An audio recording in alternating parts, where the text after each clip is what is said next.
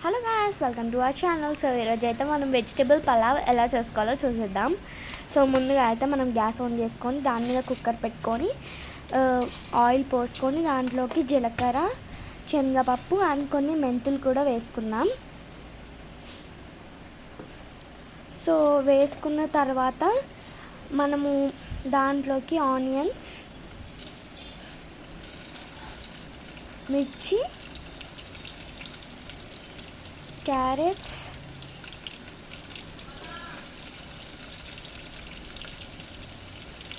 Potato, tomato వేసుకోవాలి. So వేసుకొని కలుపుకుందాం అన్నమాట మొత్తం.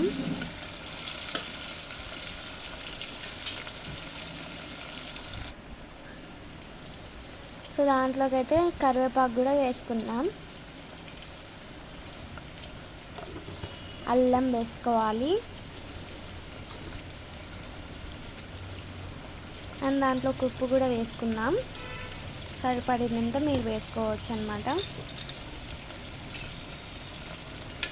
ఇప్పుడు మొత్తం కలుపుకుందాం.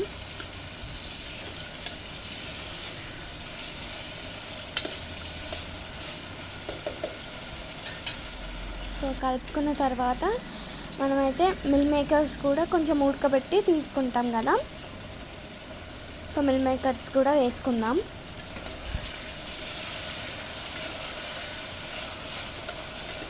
సో మొత్తం కలిపేసుకోవాలి.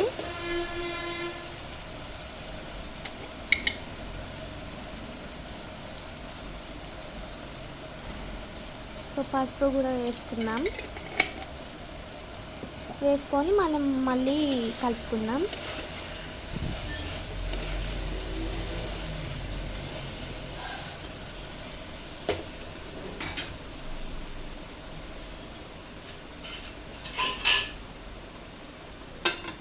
సో ఇప్పుడైతే జస్ట్ మూత పెట్టుకుందాం అన్నమాట. మూత పెట్టుకున్న తర్వాత మళ్ళీ తీసాక కొంచెం ఉడుకుతుంది కదా, అప్పుడైతే మనం కారం వేసుకుందాం. కారం వేసుకొని మళ్ళీ ఒకసారి కలుపుకుందాం.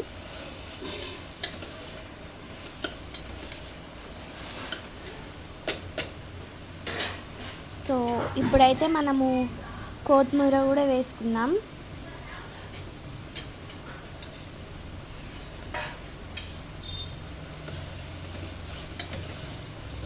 సో వేసుకొని మనం మళ్ళీ కలుపుకుందాం అన్నమాట.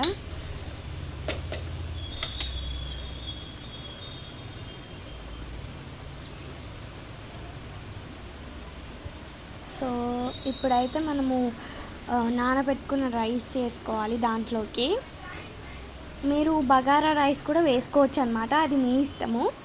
ముందైతే ఒక 2 times 3 times వాష్ చేసుకొని ఇట్లా పక్కకు పెట్టుకోవాలి. వాష్ చేసి పెట్టుకున్నాక ఇంకా కుక్కర్లో వేసుకోవచ్చు ఈజీగా.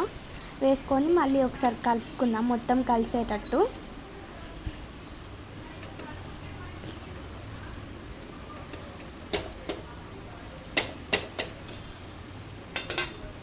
అప్పుడు కూడా ఒకసారి మూత పెట్టుకుందాం అన్నమాట. మూత పెట్టుకొని మళ్ళీ ఇప్పుడు వాటర్ పోసుకోవాలి మూత తీసాక.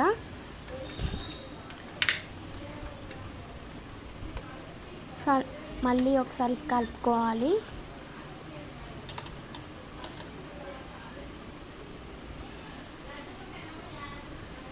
సో చూడండి, ఇప్పుడు మనం కుక్కర్ మూత పెట్టుకుందాం. ముందే పెట్టుకున్నాం అనుకోండి, మళ్ళీ మనకి కావాల్సినప్పుడు అన్నం వేసుకోవాలి, అది వేసుకోవాలి, ఇది వేసుకోవాలి అని అన్నప్పుడు వేడిగా ఉన్నప్పుడు కుక్కర్ మూత తీయొద్దు అంటారు కదా, అందుకే.